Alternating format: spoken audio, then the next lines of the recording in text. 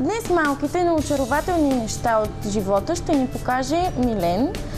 С него ще ви демонстрираме лате изкуството, така нареченият мистериозен начин за правене на рисунки върху кафеената пяна. Лате означава финно, нежно, леко, кадифено кафе.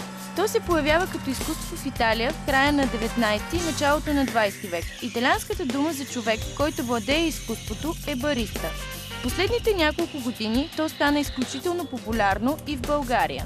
Има държави, като Дания, например, в които в едно нормално кафене за чашка капучино с рисунка, ценителите на творчеството на кафейната пяна са готови да заплатят около 60 евро. Психологическият ефект от картинка върху кафето е огромен, един очарователен начин, по който някой непознат може да направи деня ни по-усмихнат. Лате изкуството е комплимент, подарък към клиента. Организират се световни шампионати по лате арт, както и периодични конкурси за най-добро капучино в известните кафе вериги.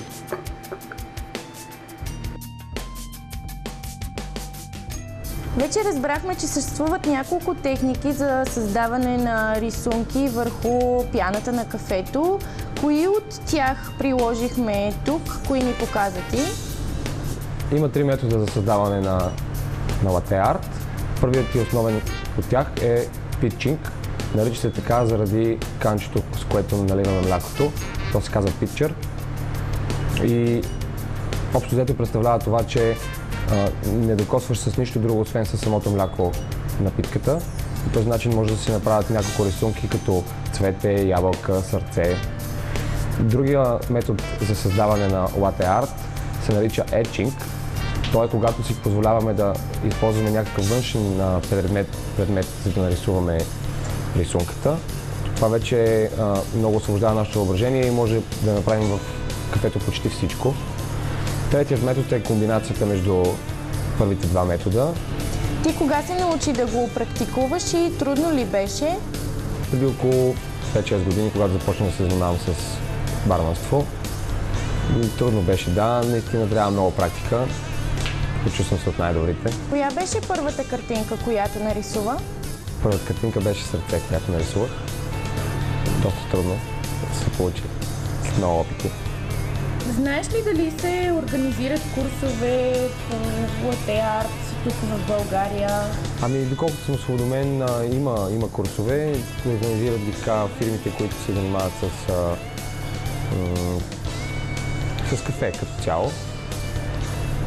Бариста курсове се казват. Всяко кафе, което правиш ли рисуваш? Опитвам се, не всеки път се получава, но когато мога, винаги. По принцип услугата не се заплаща допълнително, нали така? Да. И мислиш ли, че този труд, този творчески труд трябва да се заплаща допълнително от клиента? Ами, да се заплаща допълнително не. Ние го правим за да зарадваме клиентите и те да се чувстват така специални и по-ласкани. Вече те, ако желаят, могат да оставят бакшиш, нали? Това е цяло зависи от клиента, ние не можем да го наложим на сила по никакъв начин.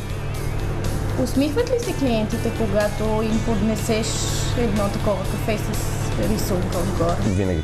Винаги? Да. Супер. Добре, благодаря ти много за отделеното време и ти пожелавам успех във всички начинания. Благодаря и аз.